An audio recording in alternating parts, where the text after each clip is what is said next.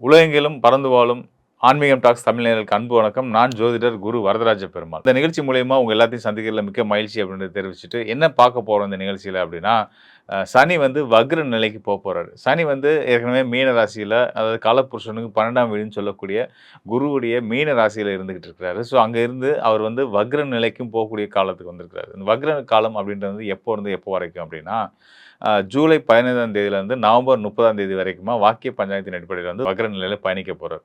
இந்த வக்ர நிலையில பயணிக்கக்கூடிய சனி பகவான், நீதிமான், கர்மகாரன்னு சொல்லக்கூடிய சனி பகவான், ஒவ்வொரு ராசிக்காரருக்கும் என்ன விதமான பலன்கள குடுக்க போறாருன்ற பார்க்க போறோம். குறிப்பா வந்து பார்த்தீங்கன்னா, இந்த 7 சனி காலத்தில இருக்கக்கூடிய கும்பம், மீனம், மேஷம் இந்த ராசிக்காரர்களுக்கு, அதுபோக சிம்ம ராசிக்காரர்கள் அட்டம சனி நடந்துட்டு இருக்கக்கூடிய சிம்ம ராசிக்காரர்களுக்கு, கண்டசனி நடந்துட்டு இருக்க கன்னி ராசிக்காரர்களுக்கு, இத தவிர்த்து மற்ற அனைத்து ராசிக்காரர்களுக்கும் மேஷம் முதல் மீனம் வரையான 12 ராசிக்காரர்களுக்கும் என்ன விதமான பலன்கள் குடுப்பாரு? ஒரு கிரகம் வக்ரம் பெற்ற நிலையில இருக்கக்கூடிய கிரகம், ஆண்டு கிரகமா வந்து அதுவும் வலுத்த இயற்கை அசுப கிரகமா வரக்கூடிய சனி பகவான் வக்ர நிலைக்கு வரும்போது அவர் என்ன பலன குடுப்பாரு? அப்படின்றத டீட்டெயிலா பார்க்க போறோம்.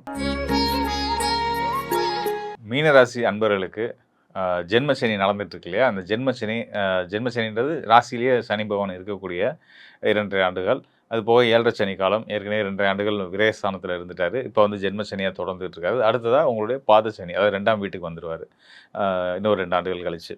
ஸோ இந்த நிலையில வந்து பார்த்தீங்க அப்படின்னா, ஜென்ம சனியா இருந்துட்டு இருக்கக்கூடிய சனி பகவான் வக்ர நிலைக்கு போறாரு. வக்ர நிலை அப்படின்றது வந்து ஜூலை 15ஆம் தேதியிலேருந்து நவம்பர் 30ஆம் தேதி வரைக்குமான ஒரு காலத்தில வந்து அவர் வந்து வக்ர நிலையில இருக்க போறாரு.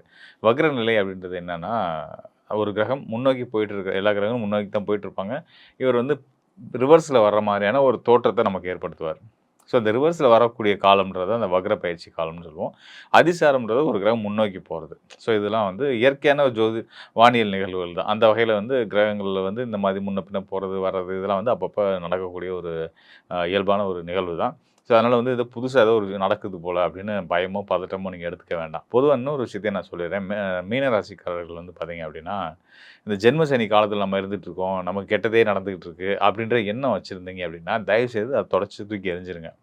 காரணம் என்னன்னு கேட்டீங்கன்னா, சனி வந்து ஸ்தான அடிப்படையில உங்களுக்கு லாபத்த குறையாம அள்ளி அள்ளி குடுக்கக்கூடியவர். காரணம் என்னன்னா, உங்க ராசிக்கு லாபஸ்தானத்துக்கு அதிபதி யார் அப்படின்னு கேட்டீங்கன்னா, சனி பகவான் தான். ஒரு லாபஸ்தான அதிபதி ராசியிலேயே வந்து அமர்ந்துட்டார் அப்படின்னா, லாபம் தானே நிச்சயமா கிடைக்கும். அது எப்படி நம்மளோட காரிய தடைகள் ஏற்படுது, நமக்கு எப்படி சங்கடங்கள குடுக்கும். எதுவுமே எந்த விதத்திலயும் தடைகள எப்படி குடுக்கும்? கண்டிப்பா கண்டிப்பா குடுக்க மாட்டார். அந்த வகையில லாபஸ்தான அதிபதி ராசியிலேயே இருக்கிறதுனால, லாபகரமான ஒரு வாழ்க்கை சூழல்ல தான் நம்ம இருந்துகிட்டு இருக்கோன்றத முதல்ல எடுத்துக்கணும். பொதுவா ஜென்ம ராசியில சனி இருந்துச்சுன்னா, மனக்குழப்பங்களும், சங்கடங்களும், தேவையில்லாத பிரச்சனைகளும் வரும்ன்றது பொதுவான விதி. ஆனா, பொதுவான விதிய மட்டும் எடுத்துக்கக்கூடிய நாம, விதி விலக்குகள நம்ம பார்க்கிறதே கிடையாது. இது எப்படின்னா, ஒரு பிரச்சனை அப்படின்னா, பிரச்சனைய மட்டுமே யோசிச்சுட்டு இருக்கிறோன்ற மாரி. பிரச்சனைக்கான வழிய தேடணும்ல, தீர்வ தேடணும்ல, தீர்வுக்கான வழிய தேடணும் இல்லையா? ஸோ, அந்த தீர்வுக்கான வழி அப்படின்றது தான் விதி விலக்கு. விதி விலக்கா சனி வந்து உங்க ராசிக்கு லாபஸ்தானத்துக்கும் 12ஆம் இடத்துக்கு அதிபதியாகவும் வந்துடுறாரு. வந்துட்டு அவர் வந்து ராசியிலேயே வந்து அமரும்போது, உங்களுக்கு நீங்க எதிர்பாராத விதமான நீங்க எதிர்பார்த்தத விட அதிகமான ஆதாயங்கள தான் குடுக்க போறாருன்றது தான் உள்ளபடியே உண்ம. ஸோ, அதனால ஜென்மசனி காலம் இருக்குன்றது நீங்க பயந்து, சங்கடப்பட்டு, முடங்கி இல்லாம, உங்க மேல பெரிய தன்னம்பிக்கைய நீங்களே ஏற்படுத்திக்கணும். பொதுவா சனி வந்து அவர் தான் வந்து அந்த என்ன சொல்றது? ஒரு நியாய தர்மத்துக்கு கட்டுப்பட்டு நடக்கக்கூடிய நீதிமான்னு சொல்லக்கூடியவர் வந்து சனி பகவான் தான். அது மட்டும் இல்லாம, ஒரு தனித்துவமான ஒரு இண்டிபெண்டன்ட்டா செயல்படக்கூடிய எண்ணங்கள குடுக்கக்கூடியவரும் சனி பகவான் தான். ஸோ, அதனால வந்து உங்களுக்குள்ள தனித்திறமை இருக்கு. உங்களுக்குன்னு ஒரு சிறப்பு அம்சங்கள் இருக்கு. எல்லா மனிதர்களும் இறைவன் ஒரு தனித்துவமான திறமைகளோட தான் படைக்கிறார். அந்த வகையில இந்த மீன ராசிக்காரர்களுக்கும் தனித்துவமான பண்புகள் உண்டு. உங்க லாபஸ்தானாதிபதி இந்த ராசியிலேயே பயணிக்கக்கூடிய இந்த காலமும், குறிப்பா அவர் வக்ரம் அடையக்கூடிய காலத்திலேயும் அவர் குடுக்க வேண்டிய யோக பலன்கள அள்ளி குடுக்க போறாரு. நீங்க எதிர்பார்த்த ஆதாயங்கள எல்லா வகையிலும் பொருளாதார ரீதியாவும் சரி, மதிப்பு, மரியாதை உங்களுக்கு கிடைக்க வேண்டிய ரெகக்னிஷன்ஸ் இதெல்லாம் சரியான முறையில உங்களுக்கு கிடைக்க போகுது அப்படின்றது தான் உள்ளபடியே உண்மை. அது மட்டும் இல்லாம நீதி. உங்களுக்கு யாருக்காவது மீன ராசிக்காரர்களுக்கு வந்து சில சட்ட ரீதியான பிரச்சனைகள் போயிட்டு இருக்கு. தொழில் சார்ந்தோ, இல்ல வந்து குடும்பத்துக்குள்ளேயோ, சொத்து விஷயங்கள்லயோ, ஏதோ ஒரு வகையில கணவன் மனைவி உறவுகள்லயோ ஏதோ பிரச்சனைகள்ல சட்ட ரீதியான பிரச்சனைகள் போயிட்டு இருக்கு அப்படின்னா, அதுலெல்லாம் நீங்க எதிர்பார்த்த மாதிரி நல்ல தீர்ப்புகள் கிடைக்கக்கூடிய ஒரு அற்புதமான காலமாவும், சனியுடைய இந்த வக்ர பயிற்சி காலம் இருக்க போகுது. இந்த 138 நாட்கள்ல வந்து நீங்க சரியா திட்டமிட்டு, ரொம்ப மன உறுதியோட, இதுதான் என்னோட இலக்கு. இத அடையறதுக்கு தான் நான் பயணிக்க போறேன். அப்படின்ற விஷயங்கள நீங்க உங்களுடைய மனசுல ஓட விடுங்க. இந்த கோச்சார பலன்றதே வந்து ராசியை வச்சு சொல்லக்கூடிய பலன்கள் தான். ராசி அப்படின்றது சந்திரன். சந்திரன் தான் மனோகாரகன். அதனால மனசுல நீங்க வந்து உங்களுக்கான நல்ல விஷயங்கள, நீங்க எதிர்பார்க்கக்கூடிய ஆதாயங்கள பதிய வச்சுட்டீங்க அப்படின்னாலே, இதுதான் நம்ம அடைய போறோம் அப்படின்றத தீர்மானிச்சுட்டீங்க அப்படின்னாலே, நிச்சயமா, கண்டிப்பா நீங்க என்ன நினைச்சீங்களோ, அது அப்படியே முழுமையா உங்களுக்கு லைஃப்ல கிடைக்கும், நடக்கும். இதில பெரிய மேஜிக்லாம் ஒண்ணும் கிடையாது. இதெல்லாம் வந்து ஆழ் மனசுடைய ஆற்றல், பலம் அப்படின்னு நம்ம சொல்லலாம். கோச்சாரம் பலன்றது அதான். மனசுல எத நம்ம பதிய வைக்கிறோமோ, இப்ப 7 சனி காலம் நம்ம கஷ்டத்த தான் குடுக்கும்னு பதிய வச்சீங்கன்னா, கஷ்டம் தான் குடுக்கும். இந்த 7 சனி சனியால நமக்கு சிறந்த யோகம் இருக்கு அப்படின்றத நீங்க மனசுல பதிய வச்சுக்கோங்க. கண்டிப்பா அடுத்த நிமிஷம் வந்து உங்க வாழ்க்கையில ஒரு மிக சிறந்த யோகங்களும், நல்ல விஷயங்களும் நடக்க ஆரம்பிக்கிறத நீங்க கண்கூடா பார்ப்பீங்க.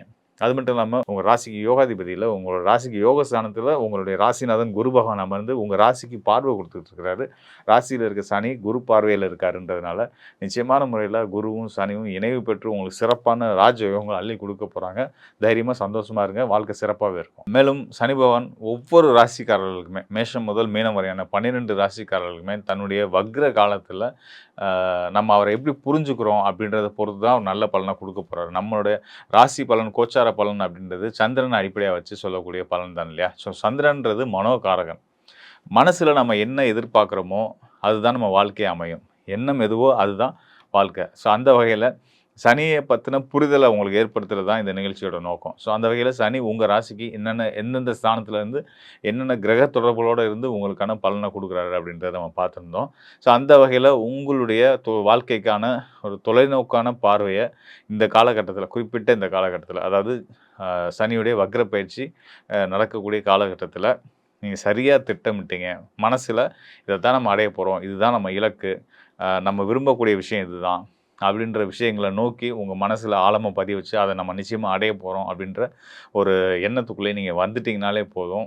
உங்க வாழ்க்கையில நீங்க மிகப்பெரிய நீங்க எதிர்பார்த்த, ஆசைப்பட்ட வெற்றிய அடைய போறீங்கன்றதுக்கான அடையாளமா நம்ம பார்க்கலாம்.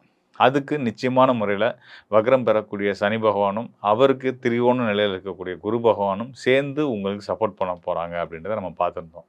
அதனால மக்களே தயாராகிக்கங்க. ஒரு அற்புதமான ஒரு பொன்னான காலம் காத்திருக்கு. சரியா நீங்க பயன்படுத்துனீங்க அப்படின்னா, அதாவது காலம் சரியா இருக்கு. காலம் நல்லா இருக்கு. யோகத்த குடுக்க தயாரா இருக்கு. நாம எடுத்து அதுக்கான முயற்சி எடுக்கணும் இல்லையா? நம்ம யோசிக்க தெரியாம, திட்டமிட தெரியாம, நம்ம எது நமக்கு சரியா வரும் அப்படின்றத நீங்க புரிஞ்சுக்கிறாம, நடக்கிறது நடக்கட்டும். நடக்கிறது நல்லாவே நடக்கும். அப்படின்னு நல்லதாவே நடக்கும்ன்றது கூட நல்ல விஷயம் தான்.